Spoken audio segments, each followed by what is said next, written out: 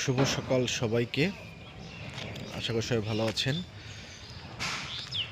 নির্বাচন চলে এসেছে। নির্বাচন নিয়ে কোনো কিছুই আমি কখনো বলিনি বা কোনো কিছু লিখিনি। আমার কাছে মনে হলো যে না, নির্বাচন নিয়ে আমাদের নাগরিকদের, সাধারণ আমরা যা আমজনতা আছি তাদের জানাশোনা থাকা উচিত। আমাদের দেশের অধিকাংশই নাগরিক আসলে জানে না আমরা কেন ভোট দিব বা ভোট কেন আসলে দেওয়া দরকার। ভোট কিন্তু একজন নাগরিকের সাংবিধানিক অধিকার। সে বাংলাদেশের নাগরিক হওয়ার কারণেই কিন্তু সে ভোট দিতে পারে। তাই সবাইকে আসলে অবশ্য ভোট দেওয়া উচিত।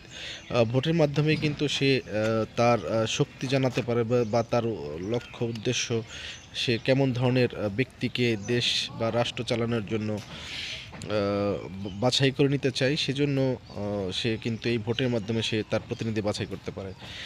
ভোটের মাধ্যমেই কিন্তু আমরা আমাদের জনপ্রতিনিধি বা আমরা আগামী রাষ্ট্র কেমন রাষ্ট্র চাই সে বিষয়গুলো কিন্তু আমরা আমাদের ভোট দিয়ে আমরা কিন্তু সেটা প্রুফ করতে পারি।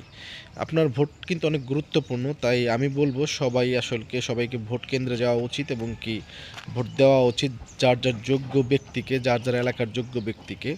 আমি কোনো দলের বা কোনো কারো পক্ষে কথা বলতে চাচ্ছি না। আমি একজন সাধারণ নাগরিক হিসেবে অন্য একজন নাগরিককে সেই অধিকারটুকু বুঝে নেওয়ার জন্য বা তার সাংবিধানিক যে শক্তি রয়েছে সেই শক্তি বোঝানোর জন্য বা সেই শক্তি প্রয়োগ করার জন্য আমি অনুরোধ করব সবাইকে।